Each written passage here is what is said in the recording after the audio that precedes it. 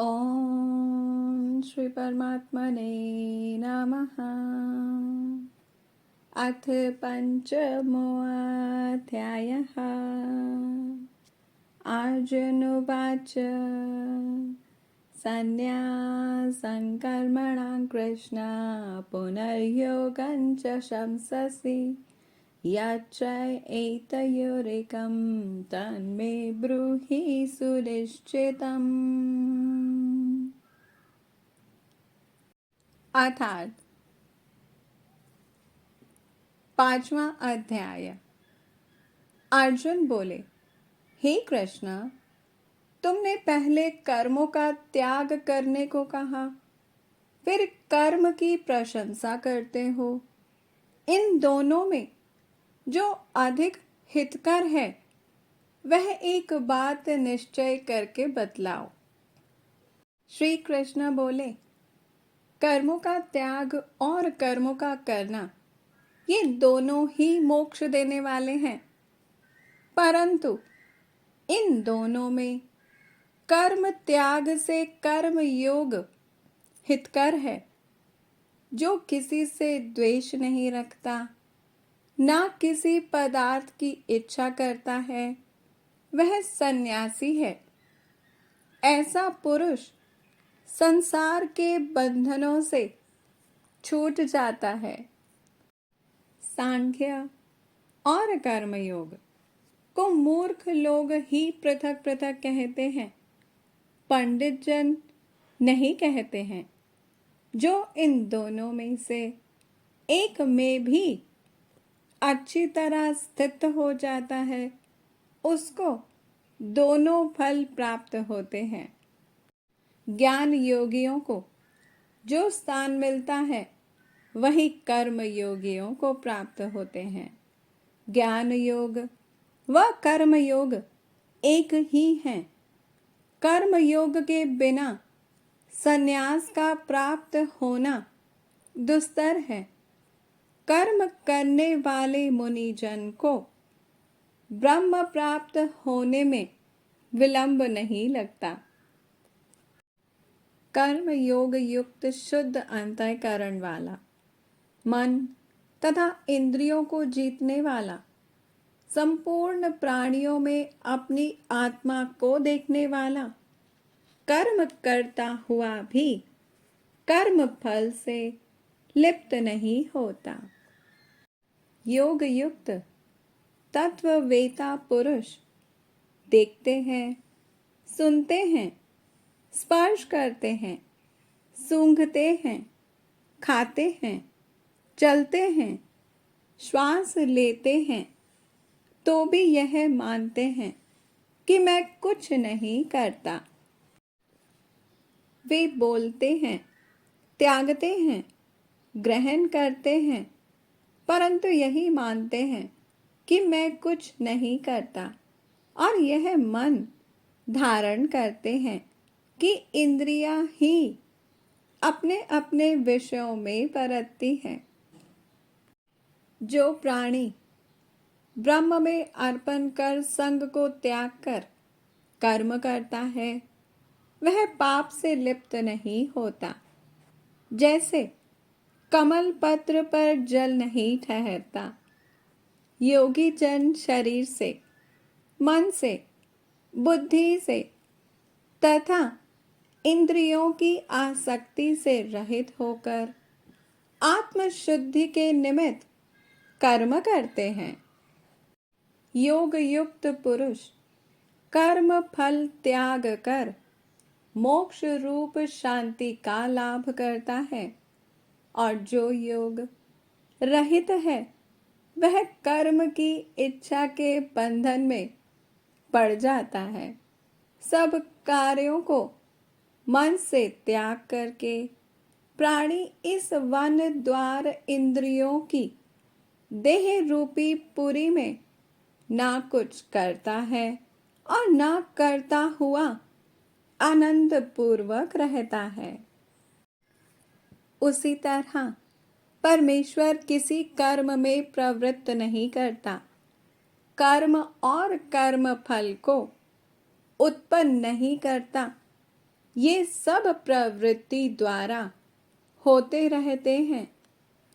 परमेश्वर किसी के पुण्य तथा पाप को नहीं लेता। ज्ञान जो अज्ञान से आच्छादित है, उससे जीव मोह को प्राप्त हो जाते हैं। परंतु आत्मज्ञान के द्वारा जिनका अज्ञान नष्ट हो गया है, उनका वह आत्मज्ञान परमेश्वर के रूप को ऐसा भासित करता है जिस प्रकार सूर्य संपूर्ण संसार को प्रकाशित कर देता है।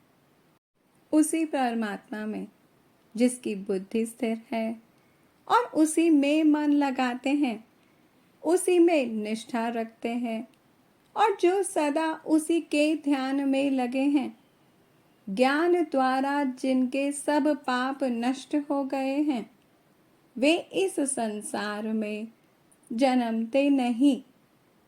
विद्या और विनय से संपन्न ब्राह्मण में, गाय में, कुत्ता में और चांडाल में पंडित जन की दृष्टि समान रहती है। जिनके मन में इस तरह की समानता उत्पन्न हो गई है, उन्होंने इस लोक में जन्म मरण रूप संसार को जीत लिया है। क्योंकि ब्रह्म निर्दोष और सर्वत्र समान है, इसीलिए वे ब्रह्म को प्राप्त हो जाते हैं।